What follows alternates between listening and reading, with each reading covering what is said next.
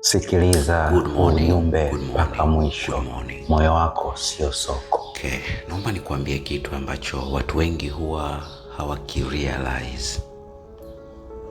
Clarity, kule kuwa na kichwa au kuwa na kichwa ambacho kiko clear, kupata ile clarity huwa hakutokani na kufikiria zaidi. It does not come from thinking more.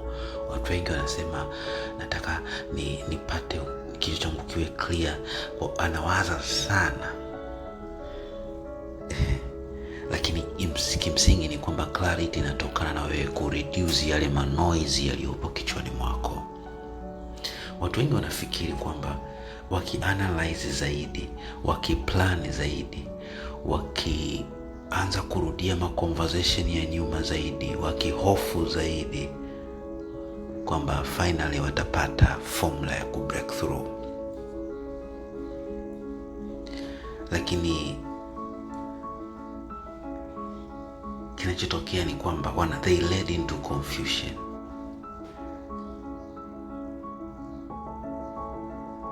Kwa hiyo kunakuwa na ile overcrowding ya mawazo, overcrowding ya processes, thinking, too many voices, options, too many options, too many expectations, too many comparisons. Yani uko na vitu vingi sana, and slowly, bila wewe kujua, ile inner voice yako inaanza kufifia. Not because imepotea, hapana, it's because imezidiwa na makelele mengi yanayoendelea kwenye kichwa chako.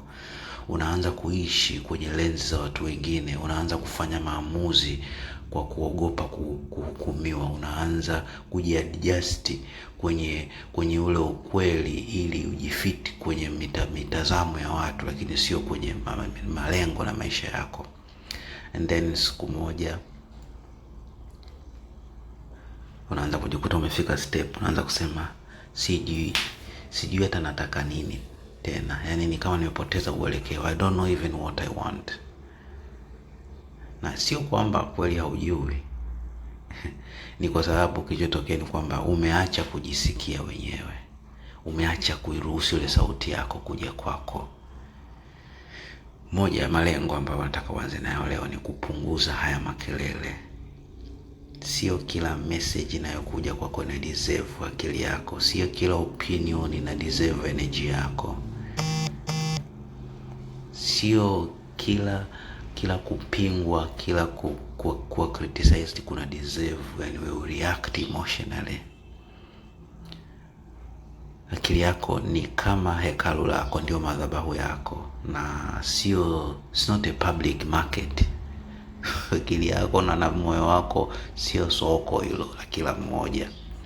Ukiallow kila mmoja kuingia, don't be surprised pale utakapopoteza direction yako. Nataka kusema protect your inner space, kwa sababu hapo ndiko nguvu yako inapolala. Unaelewa? Linda sana moyo wako kuliko chochote ulindacho, kwa sababu hapo ndiko zinapoamka chemchem za uzima. Kuna hayo maneno katika vitabu vya kiroho. Unaelewa? Power inatokana na clarity, sio makelele. Na clarity inazaliwa kutokana na ile silence inayotengenezwa ndani yako. So leo naomba ufanye hili zoezi. Kabla hujarespond kwenye chochote, pause kwanza.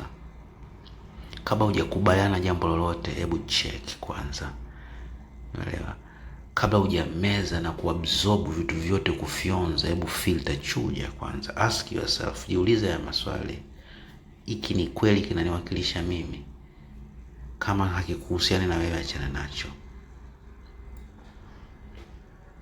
Nguvu yako sio kibubu cha energy cha watu wengine kuja kuchota na kuondoka. Ilinde, kwa sababu ile inner voice yako inahitaji kuwa clear zaidi, na kadri itakapokuwa clear zaidi, maisha yako yanakuwa powerful zaidi, na ndipo ambapo leadership itaanza kutokea ndani yako. I hope nimetafakari vizuri na wewe. Kahawa njema. Ungependa kupokea message kama hizi kila siku asubuhi, inbox, WhatsApp, asubuhi na jioni, kila siku kutoka kwangu. Message itakayokufanya uwe kwenye energy ya juu, ujifunze kitu, umalize siku na energy ya juu.